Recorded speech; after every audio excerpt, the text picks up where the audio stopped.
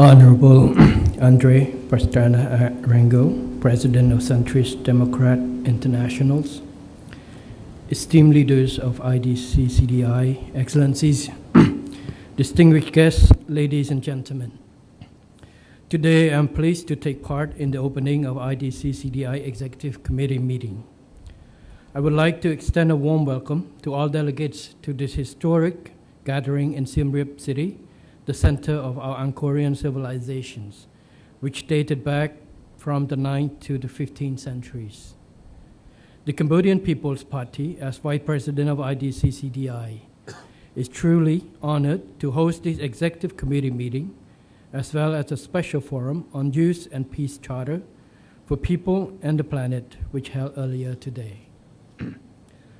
I am also delighted that many of you will be joining the 12th General Assembly of the International Conference of ASEAN Political Parties, or ICAP, as well as the 11th plenary session of the IPTP later this week in Phnom Penh.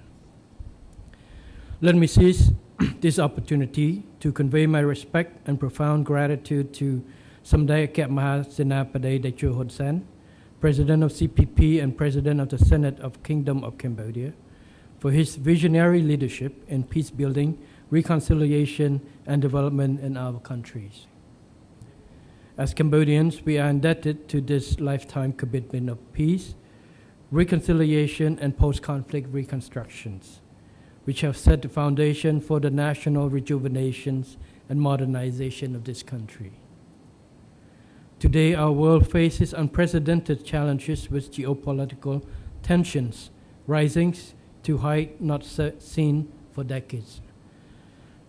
Extension and proliferations of armed conflicts across regions with participation of indirect parties to the conflicts have diminished hopes for an early ceasefire and increased fear for a conflict of global scales. Moreover, economic polarizations, climate change, and natural disasters are threatening lives globally at an unimaginable scale. Combined, these challenges have caused humanitarian and refugee crises and hindered economic recovery, fuel inflations, disrupting supply chains, and compromising food security and human development. This is why the theme of our meeting today is so timely and relevant as we seek to harness our shared responsibility to address these pressing regional and global issues. I believe that together we could be impactful advocates of peace and dialogues and cooperation that aim to accelerate our economic and social recovery toward development and prosperity. Cambodia, as a small state, embraces an independent foreign policy with respect to international laws, which requires that we strive to strengthen our national resilience in political, security, socio-economic, and cultural fields. Cambodia stands ready to contribute to peace across our regions. As a matter of fact, Cambodia has lost several decades to its protracted civil war. But we have managed to restore full peace for more than 2 decades and have achieved prosperity through economic liberalizations and reintegrations into global economy to present days. The fact that next week Cambodia will be hosting the Siem Reap Angkor Summit on the Mind-Free World is the testimony of how Cambodia has emerged stronger and more resilient from being merely a victim of war to becoming one of the torchbearers of peace who is globally recognized as one of the most active deminers and mine action advocates. Excellencies, ladies and gentlemen, we are witnessing in recent years the rise of multipolarity in the New World Order, driven in part by globalization, technological advancements, and the rise of emerging economies. Today's emerging 21st century world leader is marked by a multiplicity of actors, civilization, and cultures. In another word, it is a world of interconnectedness and interdependence. In Southeast Asia, we fully embrace these multiple civilizations, diversity, demands that we respect different forms of political governance and institutions, even variant of democracies.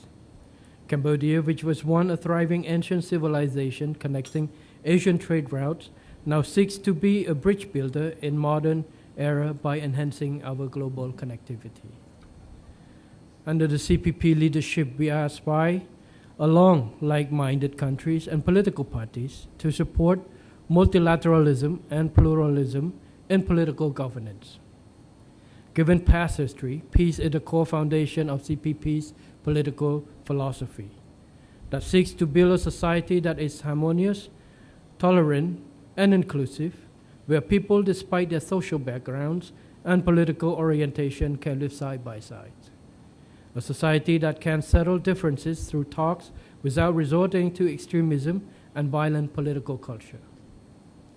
Excellencies, ladies and gentlemen, I recognize that IDC-CDI has come a long way to become a globally recognized core community of 109 political parties from 83 countries, all rooted in democratic principles. As IDC-CDI's Vice President, the CPP has proudly contributed to the development and strengthening of Cambodia as a democratic country in the region. We have actively participated in various regional and global political initiatives, using our own experience in peace building and reconciliation. As a small country, our ambition lies not in military strength, but in peacemaking.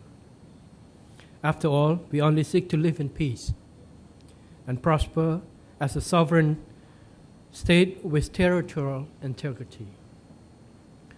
The CPP, together with IDC-CDI, is indeed proud to address regional challenges and advance peace-building efforts aligned with IDC-CDI's core democratic values and principles. In that regard, I truly appreciate the works of the IDC-CDI as they related to value of peace, freedom of reliable and accountable press, the participation of youth and women in peace and security, among other aspects. This resonates perfectly with the proposed establishment of the Universal Peace Charter, part of which was discussed and elaborated at the special forum held this morning. I believe that we are witnessing the historical moment in modern history in that government, parliamentary, political parties, and civil society organizations from across the globe reach this common vision of having in place a universal peace architecture that is open, inclusive, people-centered, and action-oriented. Moreover, it is complementary to the function of the United Nations in peace building. As such, I would like to encourage our IDC-CDI global family to support and partake in this journey together. I am fully convinced that IDC-CDI's unwavering commitment to this process will enable us to better adapt to changing geopolitical and geoeconomic circumstances, build unity in diversity, and strengthening relations with our partners based on trust and mutual respect. In these challenging times, I would like to emphasize that political parties and parliamentarians do have an indispensable role to play to advance this noble agenda. Excellencies, ladies and gentlemen, our gathering over the next few days are efforts to secure common position for ensuring worldwide security, stability, and development. I am confident that IDC-CDI can provide valuable inputs for our discussions as well as identify some policy recommendations to promote peaceful coexisting for greater interest of our people. On that positive note, allow me now to conclude my speech by wishing our IDC-CDI family continued success and good health. I hope all distinguished participants have a comfortable and pleasant stay in our cultural city of Siem Reap. Thank you very much.